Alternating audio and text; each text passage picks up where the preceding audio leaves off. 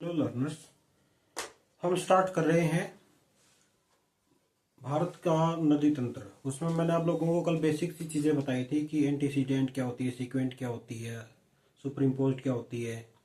वो चीज़ें आपको बहुत ज़्यादा काम आएंगी जब आप लोग पढ़ोगे। तो आज जो हमारा है वो है सिंधु नदी तंत्र, जिसको हम इंडस रिवर सिस्टम भी बोलते हैं।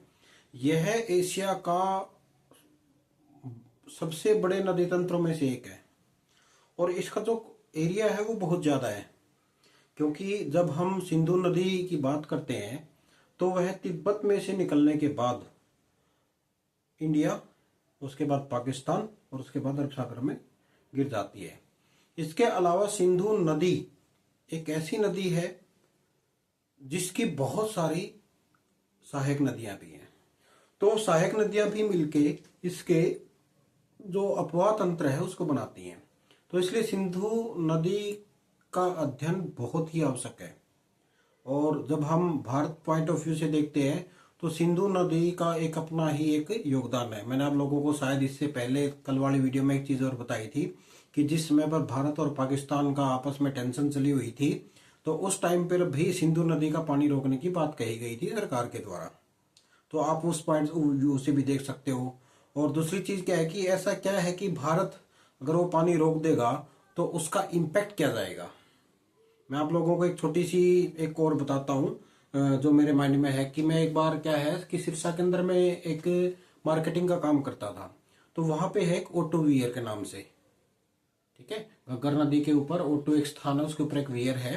तो उस टाइम पर बरसाती पानी था, बरसात का सीजन था। तो मैं उस ऑटो वियर के ऊपर से गुजर रहा था और वहां पे ना पानी बहुत ज्यादा था। तो उसके बाद मैंने वहां के रुक के और उस चीज को देखा, क्योंकि जब भी आप ज्योग्राफी को पढ़ने जाओगे तो जितने आप लोकल एग्जाम्पल देखोगे वही आप लोगों को लंबे समय तक काम आएंगे।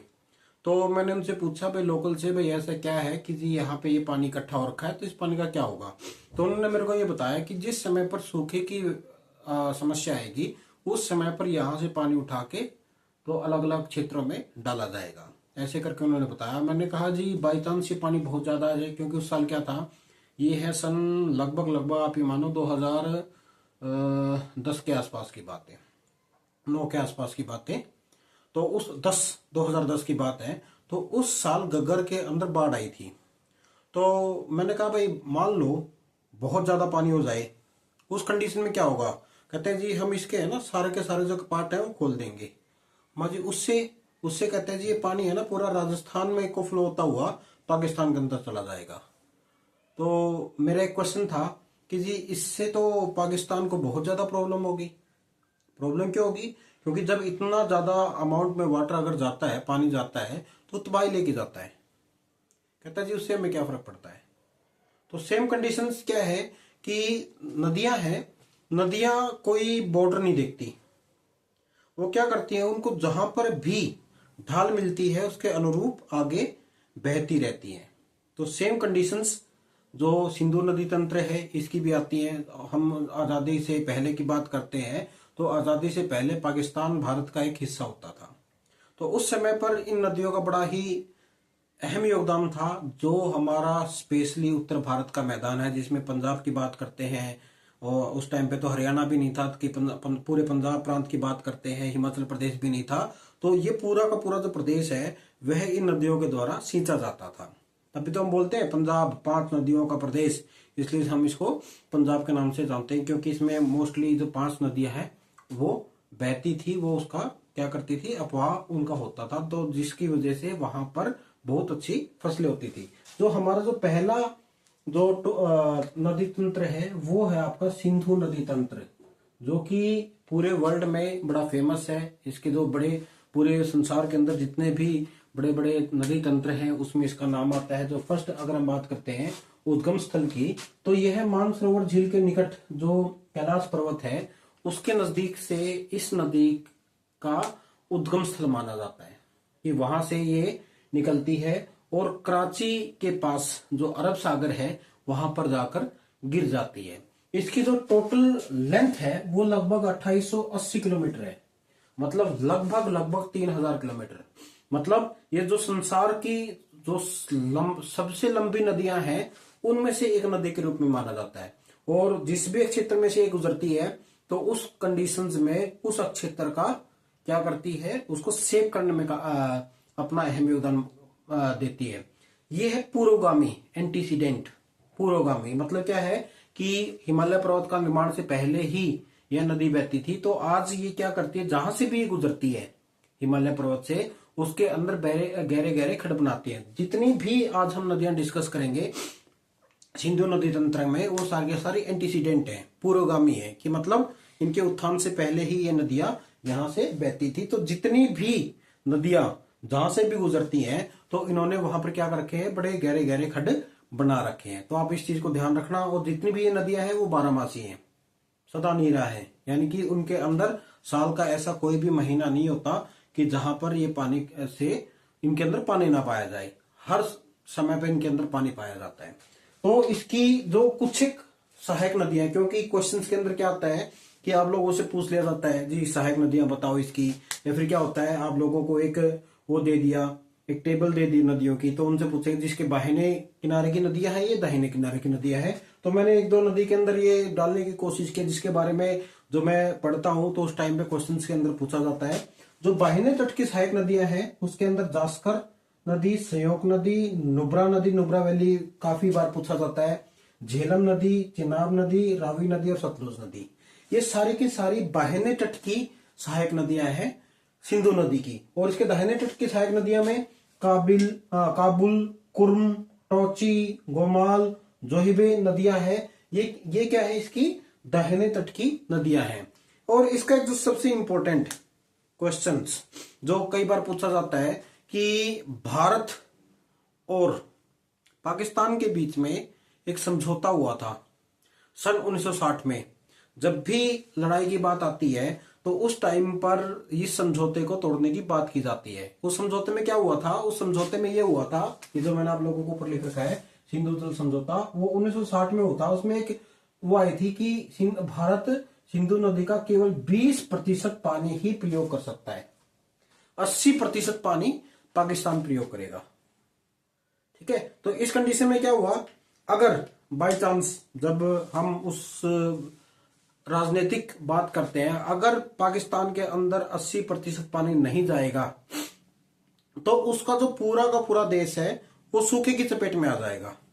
या फिर क्या होगा, जो मैंने O2 की आप लोगों को कहानी बताई कि एक बार पूरे के पूरे का पार्ट को बंद कर दो, बंद करने के बाद वो क्या करेगा, जब वो बहुत ज्यादा प्रेशर हो जाएगा उसको खोल दो, तो उससे भी क्या होगा कि पूरा का पूरा पाकिस्तान बाढ़ की चपेट में आ जाएगा। और जब हम बिल्कुल नीचे अरब सागर के आसपास जाते हैं तो उस समय पे क्या होता है, उस समय पे उनका जो स्लोप होता है वो बहुत ही जेंटल हो जाता है या समतल प्राय हो जाता है, तो उस क्षेत्र के अंदर बाढ़ आ जाती है।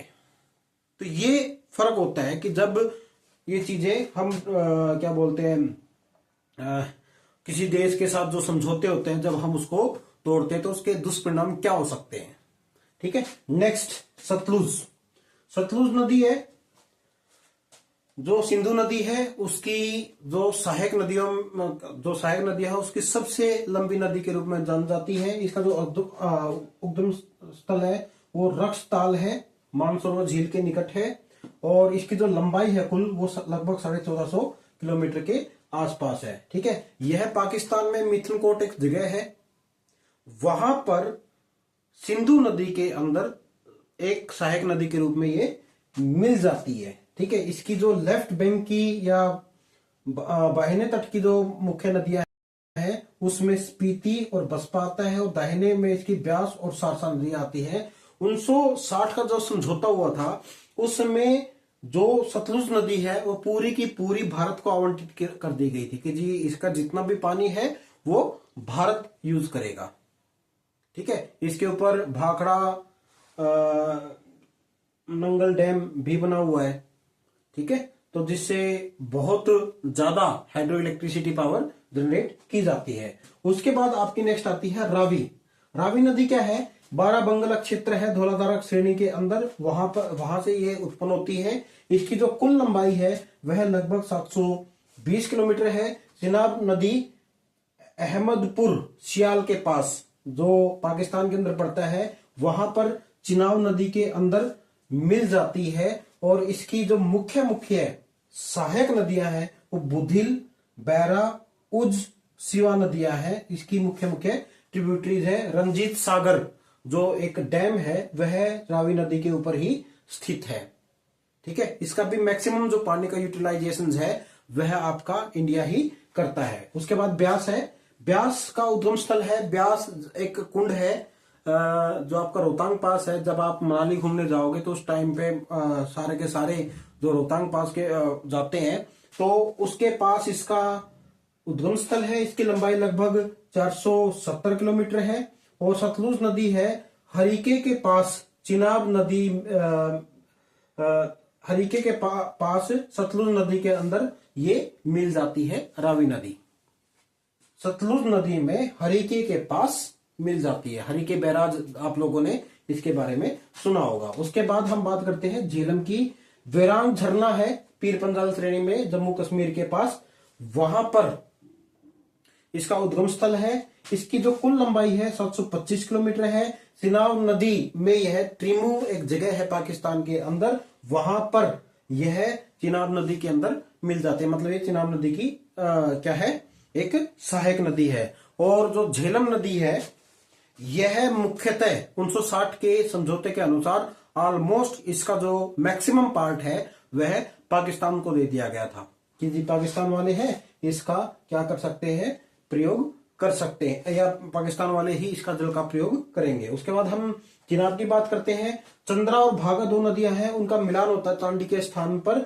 वहां पर क्योलंग हिमाचल प्रदेश के अंदर है ये, वहां से इस नदी का उद्गम स्थल है। उसके बाद इसकी जो कुल लंबाई है वो 960 किलोमीटर है। और सिंधु नदी में यह पाकिस्तान में जाके मिल जाती है। एक इसका जो सबसे मेन क्वेश्चन पूछा जाता है सलाल परियोजना, वो आपकी जो सलाल परियोजना है वह चिनाब नदी के ऊपर पाई जाती है। तो ये पूरा का पूरा जो डिस्क्रिप्शन है वह है आपका सिंधु नदी तंत्र का। तो आप लोगों को जब भी इसके बारे में कोई डाउट हो तो आप लोग इस चीज को ब्रीफली पढ़ सकते हो, देख सकते हो। ठीक है, अगर आप लोगों को ये वीडियो पसंद आई हो, आप लोगों को नॉलेज बढ़ रही है तो कृपया करके चैनल को लाइक कर दें, सब्सक्राइब कर लें और अपने दोस्तों के साथ शेयर भी कर लें। क्वेश्चंस है, आप किसी और टॉपिक पे वीडियो चाहते हैं तो उस कंडीशन में आप लोग कमेंट बॉक्स में डाल सकते हो। बहुत बहुत धन्यवाद।